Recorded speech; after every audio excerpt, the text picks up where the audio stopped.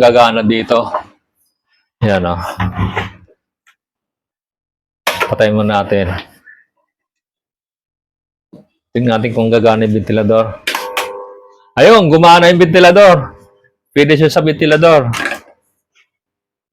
Yung voltahe niya na natili na 19.7. Yan o, umiikot naman siya o. Dito, hindi lang dito, pwede yung mga pang-heavy. Katulad ng mga power tools.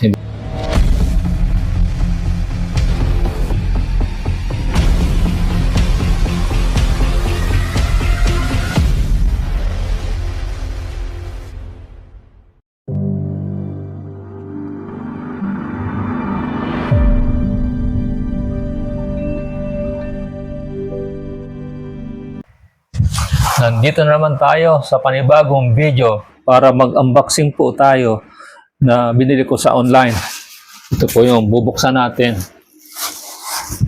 Yan. Sama-sama po tayong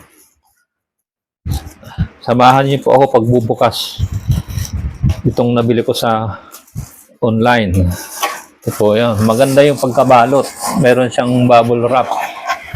Yan. Kaya yung binili kong gamit, safe na safe siya. May mga tape pa. Yan o, bubble wrap o. Napakagandang packaging. Kahit mabagsak, hindi masisira yung nasa loob.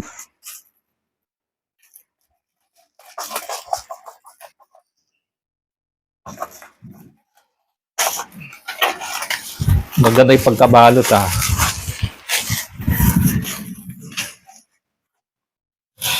Ang daming tape.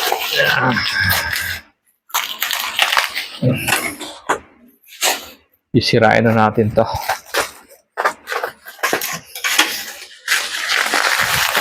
Ayan. Oh, excited na ako. Makikita ko.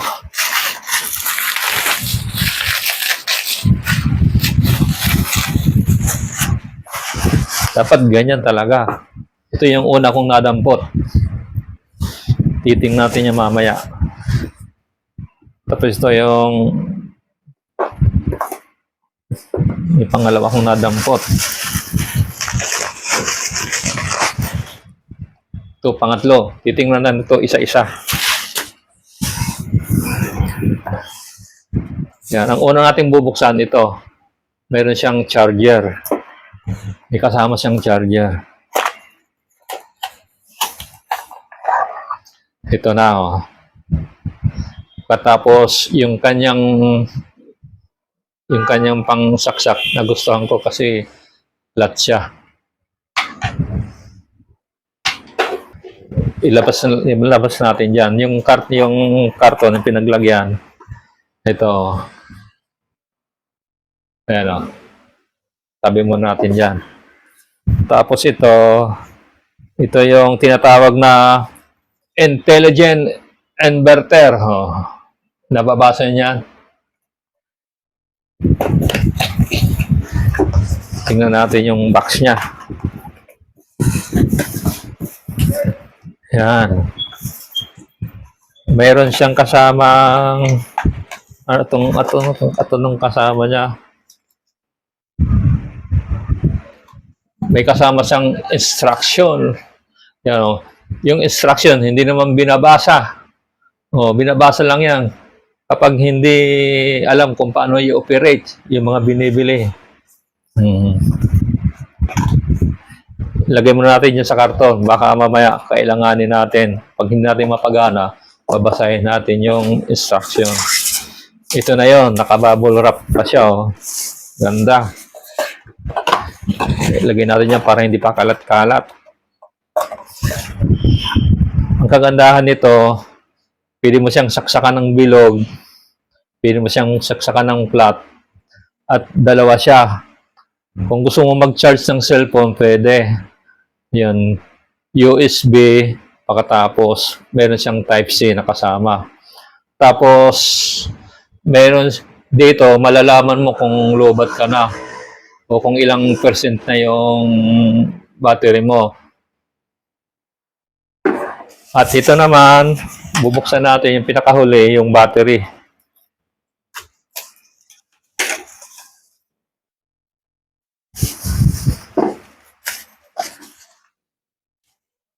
Hindi ito gagana kapag wala itong battery. Hindi rin ito ma-charge kung walang charger. Kaya kumpleto na yung in-order ko. Yan, ang gagawin natin, ipapakita ko muna pala sa inyo itong battery. Yan yung battery niya. Oh. Hindi ko lang alam kung fully charged to. Ang gagawin natin, ititis lang natin. Yan, meron siyang dalawang terminal. Tapos meron siya ditong tawag ito, yung gatla. Meron siyang kanal. Titingnan natin kung maisasaksak natin. Oh, ganyan lang siya, oh. Saksak natin. Ayan, oh, sumindi na. Katapos, hindi pa nga siya naka-on, sumisindi na siya, oh. Meron siyang pilot light sa loob. Ito yan, oh. Ititesting natin kung gagana lahat ng mga nakalagay dyan. Subukan natin i-on yung switch niya dito. Yan, oh. Ayan, oh. Makikita niyo mayroon siyang 19.7 volts. Dapat yan 21 volts. Yan, oh. Kasi nakalagay yan, oh, 21 volts siya, oh. Pero dito 19.7 volts. Ibig sabihin, medyo humina na yung battery niya. Pero pwede pang gamitin yan. Anong gagawin natin pang testing dito? Hindi naman dito pwede yung rice cooker. Hindi pwede dito yung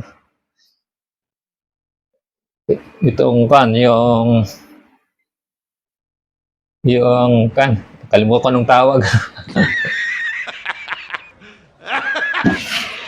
Itong electric fan pwede ito. Ititesting natin yung ventilador kung gagana dito. Yan, o. Patayin mo natin. Tingnan natin kung gagana yung ventilador. Ayun, gumana yung ventilador. Pwede siya sa ventilador. Yung voltahe niya na natili na 19.7. Yan, o. Umiikot naman siya, o.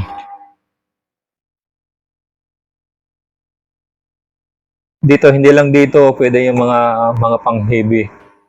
Katulad ng mga power tools, hindi pwede dyan. Kasi mababa lang ang pirahe nito. Ventilador o obra pa.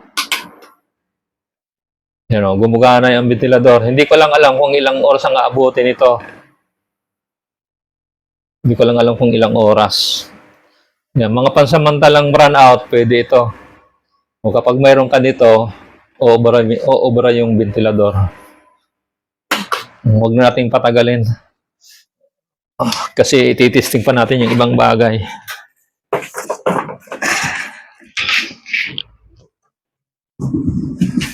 Dito, pwede kang magsaksak dito ng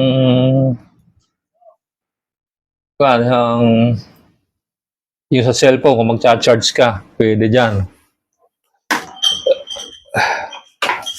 Pwede rin dito, i-rekta mo sa 220, pwede naman. Itong Type-C, pwede naman nating i-rekta dito yan. No? Kasya ba? Oh, kasya yung Type-C. Maghahan tayo ng mga pwedeng pang testing pa dyan. Ito, ilaw to. Titingnan natin kung sisindi. Tingnan natin. Mainit. Pandar ko yung ventilador, mainit. Ayan, tingnan natin kung sisindi. 220 ito. Itong bumbilya na ito. Saksak natin dito sa outlet. Yan, saksak natin dyan. Yan, 220 yan. Tapos isasaksak natin dito sa 220. Tingnan natin kung gagana. Yan, o, gumana, o. Pwedeng-pwede ito sa mga pang-run out. Sa probinsya, pwedeng-pwede ito. Kasi sa probinsya, kung minsan nagbabaran out sa probinsya, kung minsan matagal bumalik yung kuryente. Yan, o, 220 siya. pwede siya. Yan o, pwede yung bumbilya. Tapos itester natin kung ilang voltahe ito. Marami pang charge niya oh. Nasa 19.7 siya.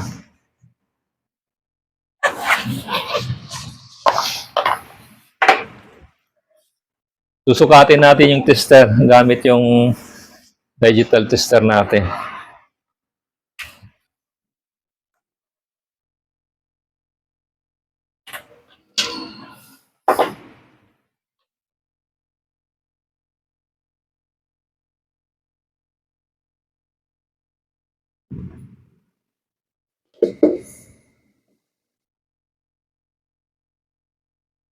Yan, sukat natin. Tingnan natin kung makakasukat tayo ng 220. 216. Medyo mababa. Hindi standard yung kanyang voltahe.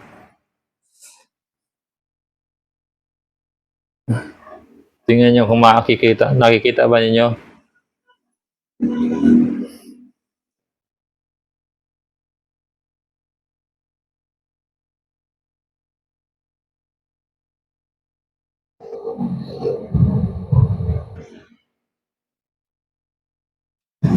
Kita ninyo. Yan, 216. Yan, kaya 216 siya dahil bawas na yung voltahe dito. 19.7. Pero uubra pa yan. Pwede pa yan. Ang pinaka voltahe talaga, standard na voltahe ay 220 volts. Pag mga ganyan, pwede pa sa mga appliances. Tataas yan kapag na-fully charge tong battery. Medyo bawas na yung laman ng battery. At isa pa, hindi ko pa kasi siya na ipo-fully charge sa unang paggamit.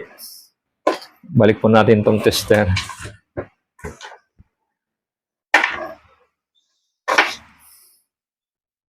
Yan, pwede yung ilaw. Oh, di ba? Ang liwanag, oh.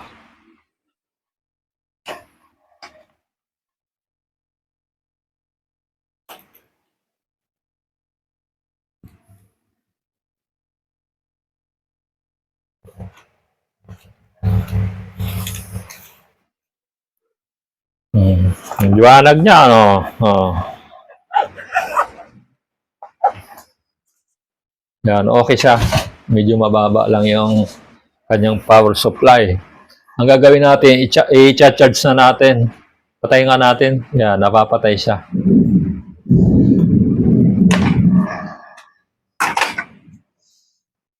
Kung mag-charge ka ng cellphone, dito mo lang sasaksak.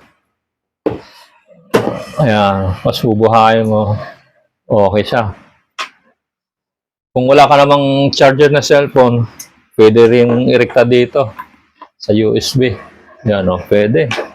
Yan, maraming gamit. Yan, sana nga tumagal itong battery at itong inverter. Sa ngayon, tatanggalin muna natin para i-charge natin itong battery. Kung gusto mong tanggalin, may pipindutin ka lang dito yan.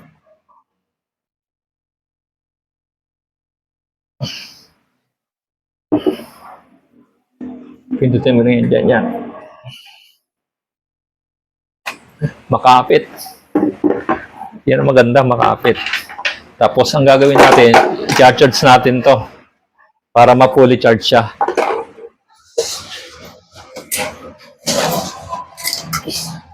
Gamit tayo ng extension. Ayan. Kapag kulay pula ito, lobat na ito. Kapag kulay green, yan o. Charge na natin. Yan. Kinakailangan magkulay green yan. Yan. Hindi na natin mahihintay na magkulay green ito dahil mapapahaba ang video natin. Kaya hanggang dito na lang ang ating video. Hinihiling ko na pagpalain tayo ng ating Diyos na may kapal ang bawat isa sa atin. Maraming salamat sa patuloy na pagsusuporta po ninyo sa ating maliit na YouTube channel. Tulungan po ninyo ako na mapalago ang ating YouTube channel. Yan, manatili po kayong nakasubaybay dito sa ating YouTube channel kasi marami kayong matututunan sa mga bagay-bagay na mga pagre-repair at ma-update kayo sa mga panibagong technology. Dito lang yan mapapanood sa ating YouTube channel na Brother John Tech. Maraming salamat sa hindi nyo pagsawa sa pagsuporta sa ating YouTube channel. O, katulad nito, bagong technology na naman to. O. Ito. O. Kaya maraming salamat. Maraming salamat. At bye-bye.